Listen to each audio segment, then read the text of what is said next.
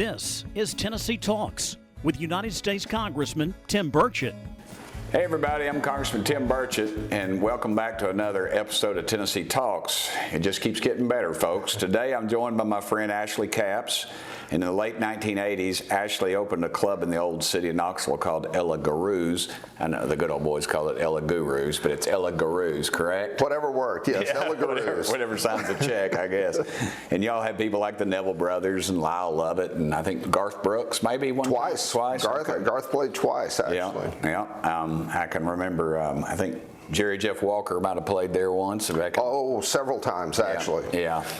Jerry Jeff Walker came through, regularly, I think. We were only open for 2.5 years, but during that time, he was certainly a staple. Yeah, my brother was a big Jerry Jeff. He just passed away just recently, unfortunately. Anyway, you're one of the country's largest independent promoters, and you played a large part in the success of Knoxville's 2 historic downtown theaters.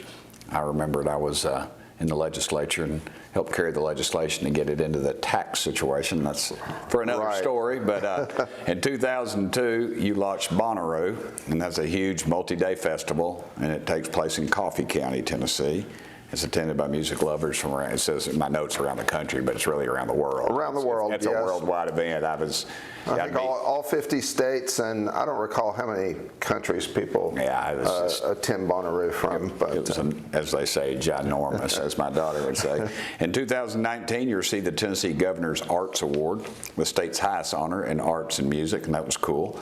And it's good to have you here. Thank you so much for coming on the show. Well, thanks for having me. Well, I'll get right into some questions, and like I say, you just rail on them if you need to. Tell our listeners and watchers what it was like when you first opened up Ella Gurus. I know you probably was like most places like that, is on a shoestring probably, and what led and how did it lead you to start AC Entertainment? Yeah, that's kind of a complicated story, but I had started promoting concerts when I was still in school at UT back in the late 1970s, but mostly as a hobby. I'd really promoted concerts at the Bijou in the Tennessee. And you grew up here in Knoxville. I did. I'm from Fountain City. Right. So, in the 80s, I started doing some shows at the Bijou, which had just reopened. The Tennessee Theater, which Jim Dick had just saved from the wrecking ball. Yep. And God bless him. But it was for fun. I was a fan. I had this opportunity because of my radio show on WUOT, and artists were calling. They were looking for a place to play. So out of both ignorance and fearlessness, I guess, I just started promoting concerts. Wow. And then sometime around 1987, I was approached by my friend Peter Calandrusio, who saw the potential of this area of town that he had dubbed the Old City. At the time, there was very little going on in the Old City, except Annie Delisle, Cormac McCarthy's ex-wife, had opened Annie's, and then Frank Snowden had opened Manhattan's. But there wasn't a lot of activity in the Old City at the time. It was mostly warehouses and many of them abandoned, actually. But Peter had this vision, and part of his vision was that we would open this club in the basement of the building there on the corner of Jackson and Central, which is now the Melting Pot. Right. And that was Ella Gurus, and we opened in June of 1988.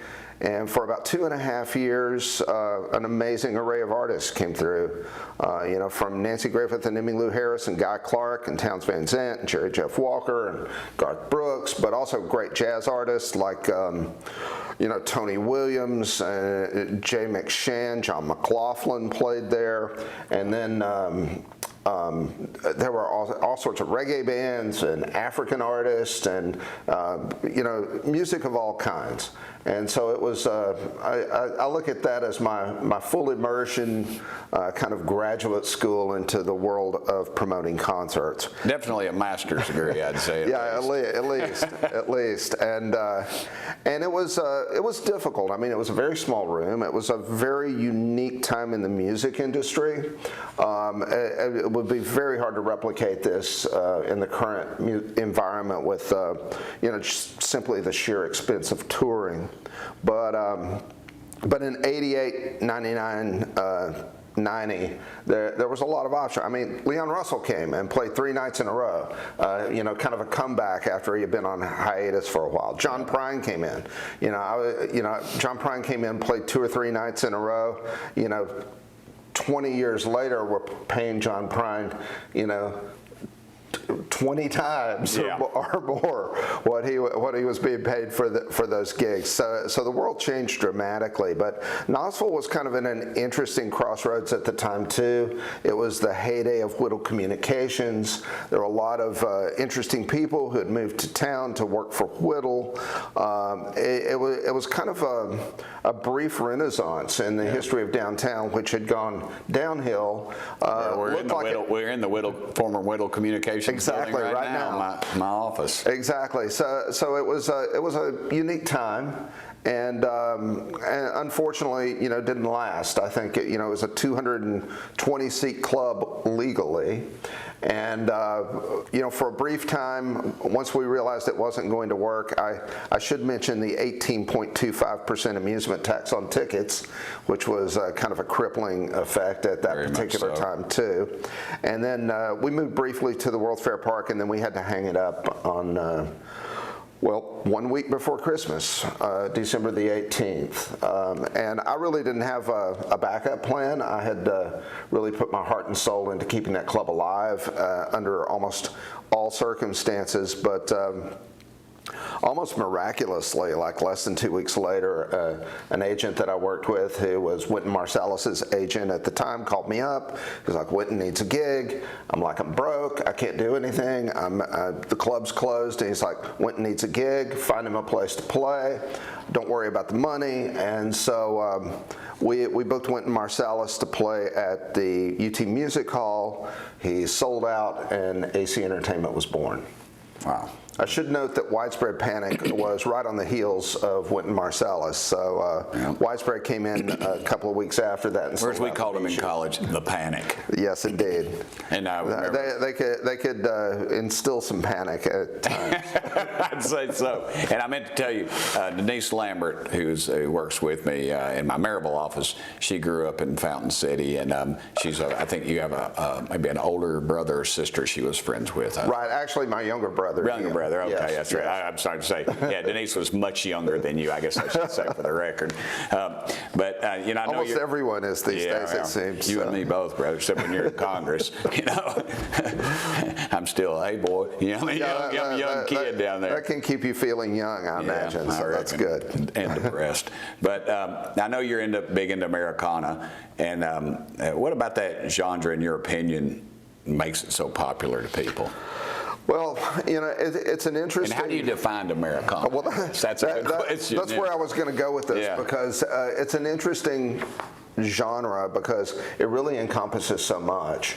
And to me, the beautiful thing about it is that it is so deep and broad in just embracing all the different strains of American music. And I'm a hardcore music fan. I love all sorts of different kinds of music. And one of the things that I came to appreciate about the South and growing up in Knoxville is how there's this kind of trail that it came from the Caribbean, went to New Orleans, came up the Mississippi River, took root in Memphis, came over to Nashville, went up to Chicago, but also, over to Bristol and the mountains of North Carolina. Yep. And that's actually the birthplace of contemporary popular music worldwide. Really? It really is. I mean, if you look at the roots of what's going on in the world of music, so much of it is rooted in what came out of New Orleans, Memphis, and of course, the Bristol sessions with the Carter family. Yep. So it's really the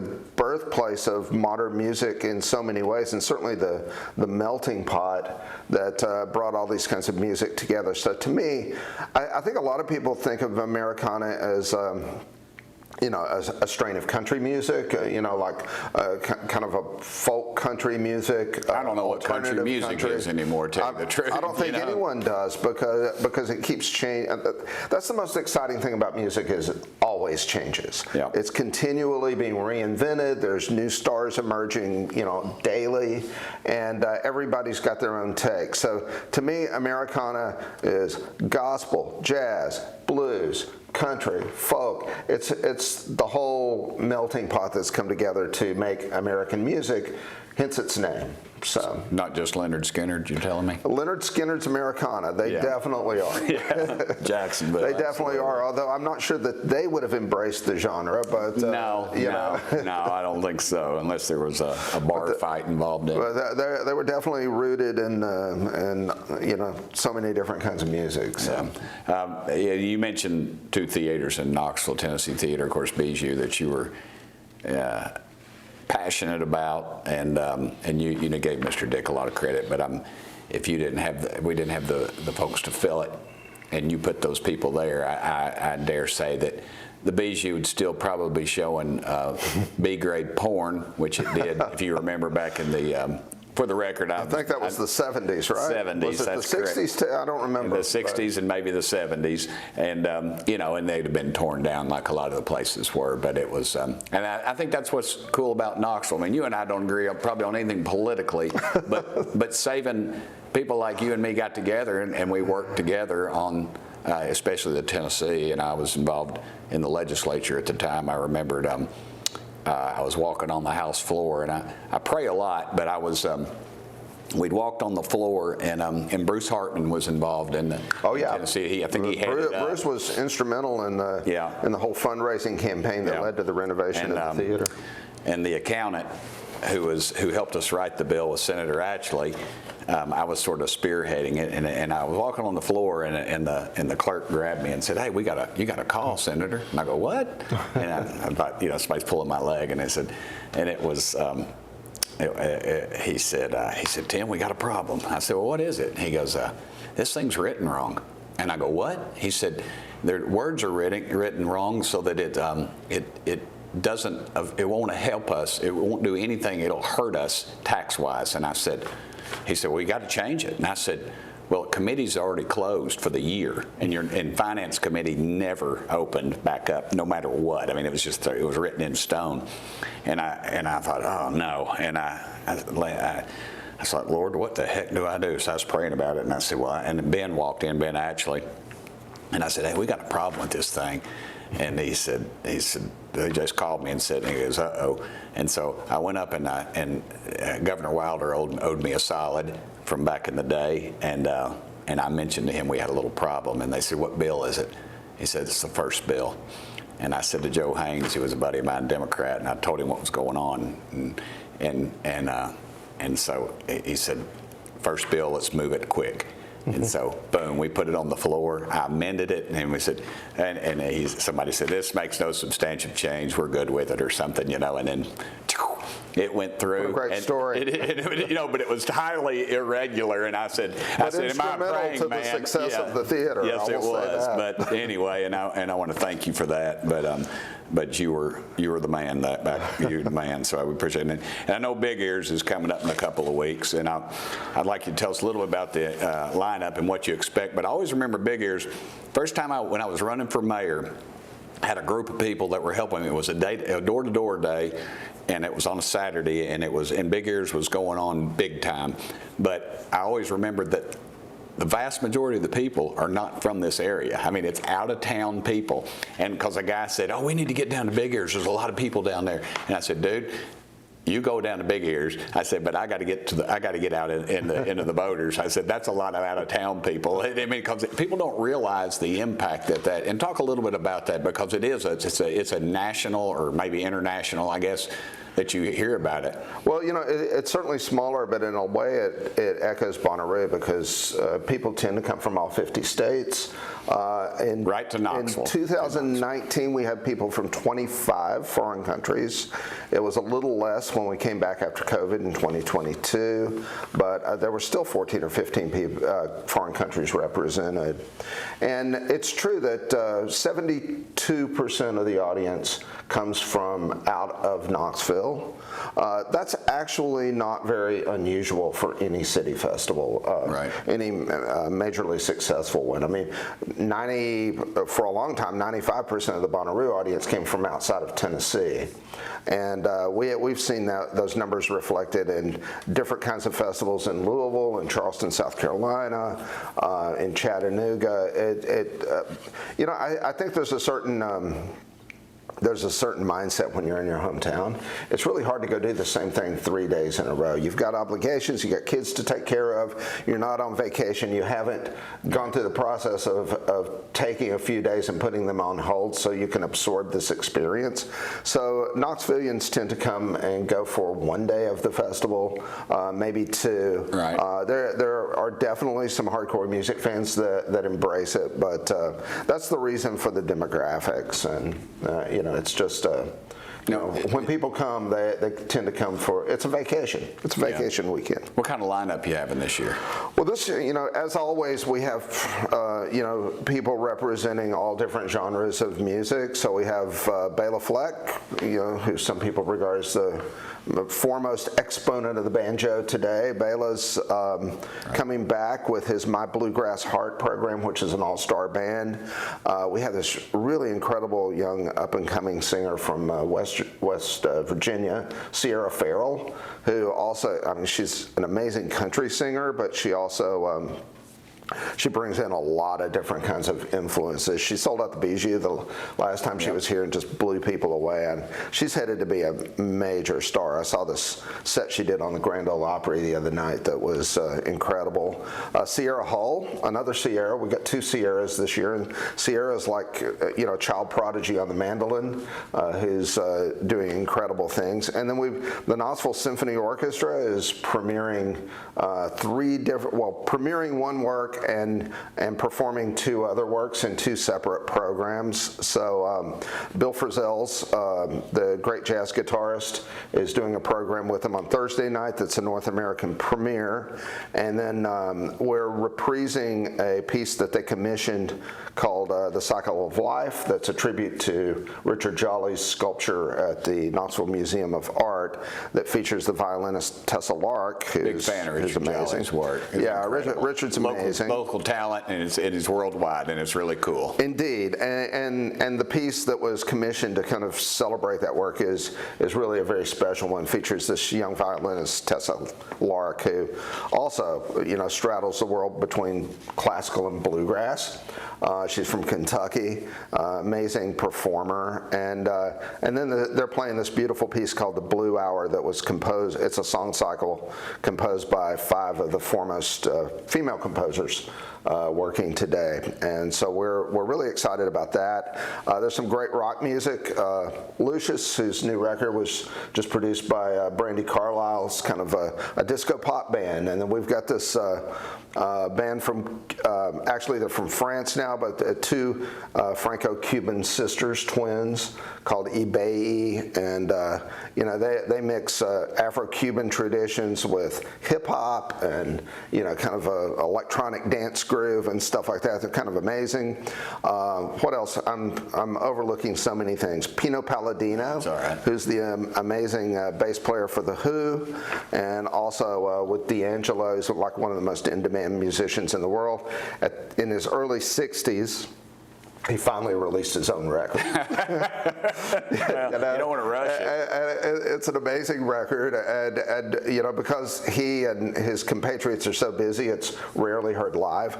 So Pino with the producer Blake Mills and a couple of other incredible young musicians are coming to perform. I could go on and on. It's amazing the old play. I'm friends with Steve Cropper over in Nashville. Oh yeah, sitting on the dock of the bay and playing Steve, Sam and Dave. Steve, talking about a Tennessee music legend, man. Yeah. I brought him down on the Senate floor when I was there. We surprised him, and he said, "God, I wish I had my guitar with me. I'd play y'all a couple songs." And his wife Angel had brought in his guitar, and then he said, "I ain't got an amp," and we had an old tube type, and we brought it in and put it up right on the thing, and he played sitting on the dock of the bay.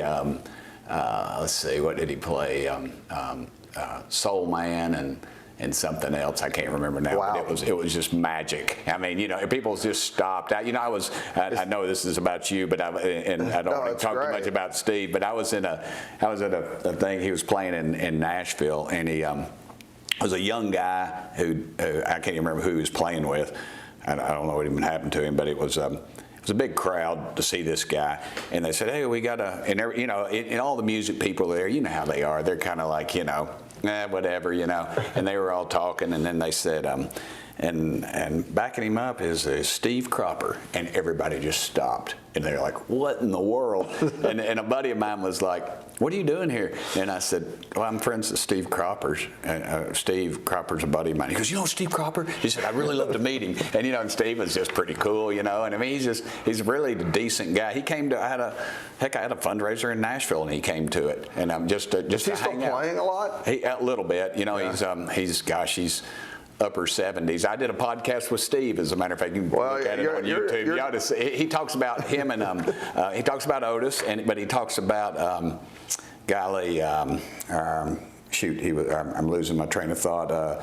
Black fella who was on a bald-headed Shaft, Isaac Hayes. Isaac Hayes. He talks about how Isaac got his start and how they brought him in, and I mean, it was just Stax Records, and I helped in the legislature with some stuff with Stax Records. Right. Well, they've got this incredible museum now, you know, and deservedly so, because talking about a melting pot of American music is right there in the heart of Memphis. Right there in Memphis, and a lot of folks never even know it exists. But I was. We were instrumental in getting them a little bit of funding for that, and I had to kind of help shepherd that. Well, you're reminding me that one of my unrealized goals, and I've got to ask him for next year, is to get Booker T. Jones here. Well, and it would be amazing if Booker T. if Steve could come with him. You know. Yeah, well, I bet he could. My old landlord in Nashville. I slept on his futon for 8 years. Him and Steve, every time I go to Nashville, they say, "Come with us, we're going to go get barbecue." And I think maybe Billy Gibbons from ZZ Top. Yep. They drive over and get this old hole-in-the-wall barbecue place. Could you imagine walking in and seeing Steve Cropper and Gibbons and just hanging out? But anyway, I'm sure you see that stuff all the time. Talk a little bit about Bonnaroo.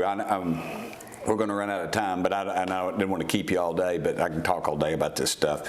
Could you ever imagine that it turned into the enormous impact that it had, and a little bit about the Bonnaroo Works Fund that supports some nonprofit organizations?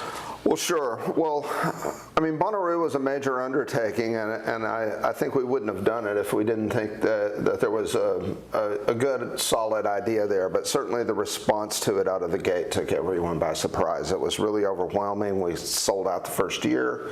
We actually sold, with zero advertising, we sold 60,000 tickets in 12 days and had to stop ticket sales because we hadn't finalized our site plan yet. We're like, how many tickets can we sell? We didn't know, we had to plot out all the campsites and, figure out how much room we had. And then we went back and sold 10,000 more. So that first year we sold 70,000 tickets and literally did not spend 1 cent on advertising. It was totally word of mouth. And it's hard to remember that now because festivals are everywhere, but the idea of doing a festival back then, people thought we were insane. Yeah.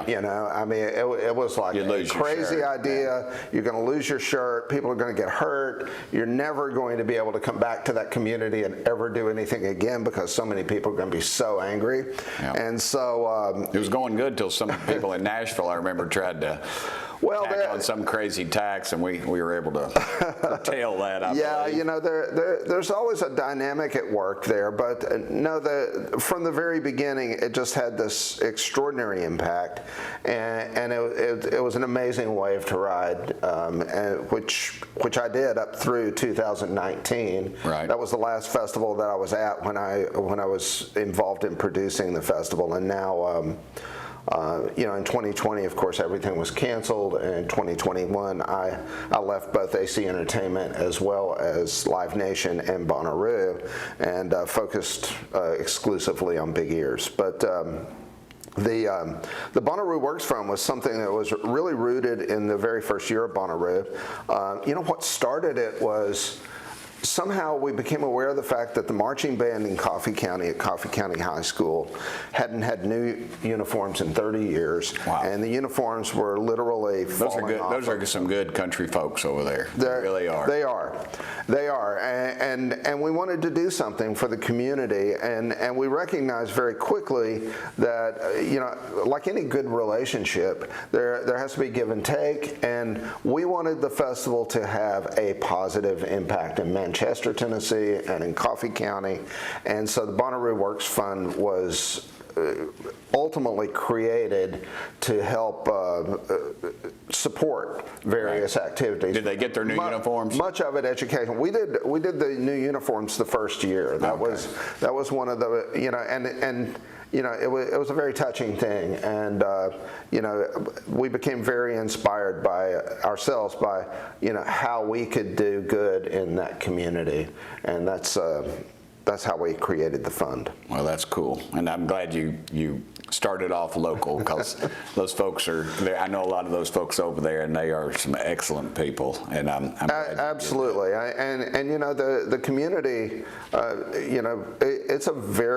it's a group effort. We all have to work together. It's an amazingly disruptive event that without having everybody working when I was in the legislature, as a partnership. When I was in the legislature, state troopers would tell us and say, if you're going that way, don't go the other way if you're going home. So the Tennessee Highway Patrol, everybody's became our partner and very supportive, and it was a really moving and very profound experience for me to work together with the community and so many different aspects of the community in pulling off such a wild and woolly event, it's the Woodstock of our times, except it was profitable, and it was asked back the next year. So, that was, as you know, the Woodstock story, they didn't make any money till years later after like from the film or something.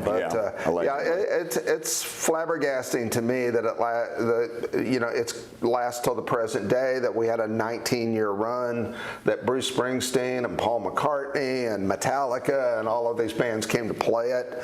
I could never have really predicted. Tell me about McCartney real quick. My landlord, he worked for McCartney, and he said he was probably one of the most decent people that he had actually worked with. That was certainly my experience. He was. He said that something had happened with the payment.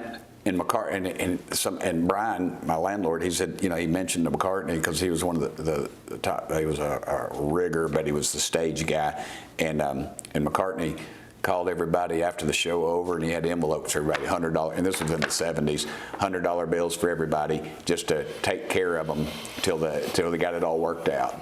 I'll have to say a class act on every sense of the word. And the thing that really blew my mind at the Bonnaroo show is that he rehearsed the entire show the night before. We basically got a private concert. You got to see it twice. He is so dedicated to his craft and his work that, they were out there for hours making sure that they were going to be able to deliver the greatest show that they possibly could. And my first 45. They certainly did. I want to hold your hand. I know we're going to run out of time, but real quick, do you have any questions you want to ask me, brother? Can you get me Taylor Swift tickets? Possibly. I met her one time. Her mom was like a hawk. Awesome. I was in the state legislature, and she was down there. But anyway, I think we're going to run out of time here. Hey, everybody, I'm Congressman Tim Burchett, and thank y'all for listening and watching another episode of Tennessee Talks. Thank y'all for sending me here. Thanks for listening to this episode of Tennessee Talks. Please subscribe to the show on Apple Podcasts, Spotify, or wherever you listen to your podcasts. Keep up with Congressman Burchett by following Rep. Tim Burchett on Twitter and Instagram, and Congressman Tim Burchett on Facebook and YouTube.